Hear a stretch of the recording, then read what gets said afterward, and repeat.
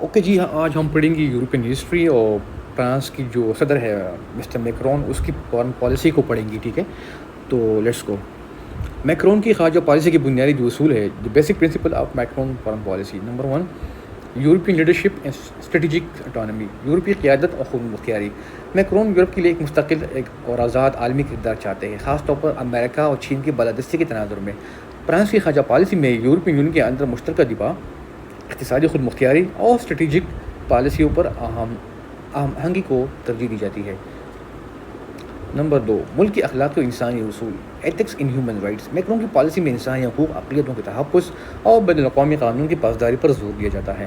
فلسطین کو تسلیم کرنا اس پالیسی کا ایک حصہ ہے، جس سے یہ واضح ہوتا ہے کہ فرانس بین الاقوامی انصاف کے لیے عملی اقدامات اٹھا رہا ہے. نمبر 3، عالمی ثالث اور تنازعات میں فعال کردار، mediation and active diplomacy. Macron چاہتے ہیں کہ فرانس مشرقی وسطی افریقہ اور یورپ میں ثالثی مذاکرات میں مرکزی کردار ادا کرے. اس مقصد کے لیے عالمی سطح پر فرانس کو ایک سنجیدہ اثر رسوخ کرنے والا ثالث ثابت کرنا ہے.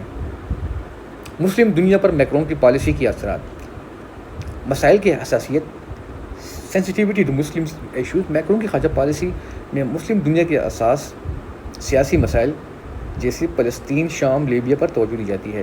فلسطین کی تسلیم کے اقدام سے میکرون نے مسلم دنیا میں فرانس کی پوزیشن کو مضبوط کی، خاص طور پر سعودی عرب، قطر، ترکی اور مصر کے ساتھ تعلقات میں. نمبر 2، اقتصادی اور سیاسی تعلقات، economic and strategic ties. Macron مسلم دنیا کے ساتھ تجارتی، سرمایہ کاری اور اسٹریٹجک شراکت داری کو بھی فروغ دیتے ہیں. فرانس کی خارجہ پالیسی میں مسلم دنیا کے ممالک کے ساتھ تعلقات کو مذہبی یا ثقافتی تعلقات کے ذریعے مضبوط کرنے کی کوشش کی جاتی ہے. عالمی اثرات، گلوبل امپلیکیشن. اسرائیل اور امریکہ کے ساتھ تعلقات، فلسطین کو تسلیم کرنا ممکن طور پر اسرائیل کے ساتھ تعلقات میں نازک توازن پیدا کر سکتا ہے، لیکن میکرون نے ہمیشہ مذاکرات اور امن کی کوشش کو ترجیح دی ہے. امریکہ کے ساتھ تعلقات پر اثر محدود ہے، لیکن فرانس یورپی اور بین الاقوامی سطح پر خود مختار کردار کے لیے کوشاں ہے. نمبر 2، یورپی اتحاد اور پالیسی اہم آہنگی، European alignment and policy cohesion. France کا فلسطین تسلیم کرنا یورپ میں مشترکہ خارجہ پالیسی کی اہمی ممالک کے لیے ایک مثالی اقدام بن سکتا ہے. یورپین یونین کی دیگر ریاستیں بھی فلسطین کے لیے تسلیم کرنے کی خاطر بڑھ سکتی ہے، جس سے یورپی اتحاد میں استحکام پیدا ہو سکتا ہے. کرٹیکل انالیسس، مسلم دنیا میں مثبت تاثر، انسانی حقوق میں قائدانہ کردار، یورپی خود مختاری کو تقویت. چیلنجز، اسرائیل کے ساتھ تعلقات میں نازک توازن، بعض عرب ممالک کے ساتھ تحفظات، امریکہ یا مغربی تعاون سے ممکن اختلافات.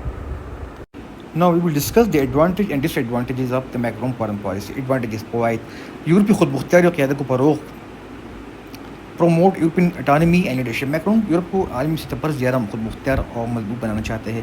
یورپین یونین کے رکن ممالک کے لیے مشترکہ دفاع، اقتصادی خود مختاری کے مواقع پیدا ہوتے ہیں. نمبر 2، عالمی ثالث اور امن کے اقدامات، global mediation and peace efforts. Macron تنازعات میں ثالثی کا کردار ادا کرتے ہیں، جس سے مشرقی وسطی افریقہ، یورپی خطے. اس سے فرانس کو عالمی ثالث اور بین الاقوامی کردار ادا کرنے والا ملک کہا جاتا ہے. نمبر 3، مسلم دنیا کے ساتھ تعلقات مضبوط، strengthen relationship with Muslim world. فلسطین کو تسلیم کرنا، مسلم ممالک کے ساتھ تعلقات میں توجہ دینا فرانس کے لیے مسلم دنیا میں مثبت تاثر پیدا کرتا ہے. اقتصادی، سماجی، ثقافتی، سیاسی تعلقات میں اضافہ ہوتے ہیں، خاص طور پر سعودی عرب، قطر، ترکی، مصر کے ساتھ. نمبر 4، انسانی حقوق اور اخلاقی قیادت، human rights and ethical leadership. Macron کی پالیسی میں انسانی حقوق، اقلیتوں کے تحفظ اور بین الاقوامی انصاف کو اہمیت دی جاتی ہے. یہ فرانس کو اخلاقی اور معتبر عالمی کھلاڑی کے طور پر پیش کرتا ہے. نمبر 5، عالمی اقتصادی تعلقات میں اثر، اکنامک انفلوئنس گلوبلی. مسلم دنیا اور افریقہ میں سرمایہ کاری، اقتصادی تعلقات مضبوط ہو کر فرانس کی عالمی اقتصادی پوزیشن کو بہتر بناتے ہیں. نقصانات، ڈس ایڈوانٹیجز، فرانس کے اسرائیل کے ساتھ تعلقات میں نازک توازن، پیچیدہ ریلیشن شپ وتھ اسرائیل. فلسطین کو تسلیم کرنا اسرائیل کے ساتھ تعلقات میں پیچیدگی کو پیدا کر سکتا ہے، بعض مغربی اتحادیوں امریکہ کے ساتھ بھی اختلافات پیدا ہو سکتا ہے. نمبر 2، متعدد محاذوں پر دباؤ، پریشر آن ملٹیپل فرنٹس. مسلم دنیا میں تعلقات کو فروغ دینے کے دوران فرانس کو بعض ممالک کی سیاسی، مذہبی سیاست کا بھی سامنا ہوتا ہے. مشرقی وسطی کے دیگر مسائل جیسے شام یا لیبیا پر بھی دباؤ بڑھ جاتا ہے. عالمی تنازعات پر زیادہ شمولیت. Number 3، over involvement in global complex. Macron کی ثالثی کوشش فرانس کو بعض عالمی تنازعات میں زیادہ شامل کر سکتی ہے، جس سے خطرات اور ذمہ داری بڑھ جاتی ہے. نمبر 4، ڈومیسٹک انٹرنیشنل کرٹیسزم، عالمی اور داخلی سیاست میں تنقید. فرانس میں بعض حلقے میکرون کی خارجہ پالیسی کو قومی مفاد کے خلاف یا مہنگی یا غیر مؤثر قرار دے سکتے ہیں، اس کی وجہ سے سیاسی دباؤ بڑھ سکتا ہے. نمبر 5، سیکیورٹی اور دفاعی توازن پر اثر، impact on security and defence balance.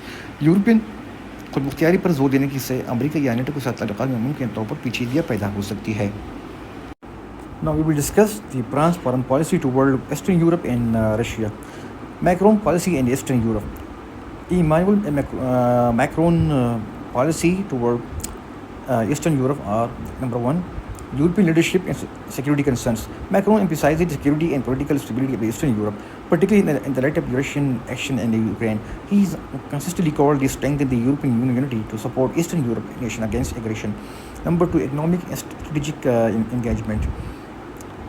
France under Macron aimed to maintain economic ties with Eastern Europe while promoting EU-led initiatives like joint defense program and infrastructure projects. This include pursuing for EU funding for energy and independence and military modernization in the region. Diplomatic mediation. Macron often positioned himself as mediator between Eastern Europe countries and Russia. For example, he has facilitated talk and negotiation to ease tension in Ukraine energy export. Number two, Macron policy toward Russia. Firm stance against aggression. Macron condemned Russian military aggression, especially in Ukraine, support sanctions imposed by the EU and Western allies. He advocated parallel between deterrence and dialogue, avoiding escalation while holding Russian accountable. Diplomatic engagement. Despite criticizing Russian action, Macron has maintained direct communication with Vladimir Putin, aiming to create channel for negotiation on issues like Ukraine, Syria, and nuclear security.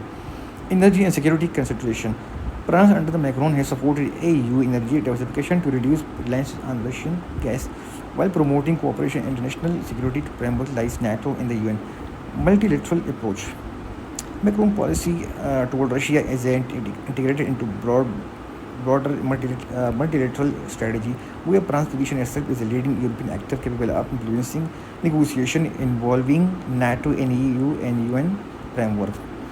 Number three, implication of this Macron policy towards Eastern Europe and Russia. Para France, strengthen France's global role as a mediator and power broker, enhance strategic credibility within EU and NATO. Para Eastern Europe, provides reassurance to countries like Poland and Baltic states, the Ukraine regarding European solidarity. For the Russian, signal that France will engage in dialogue that will not compromise on European security principles.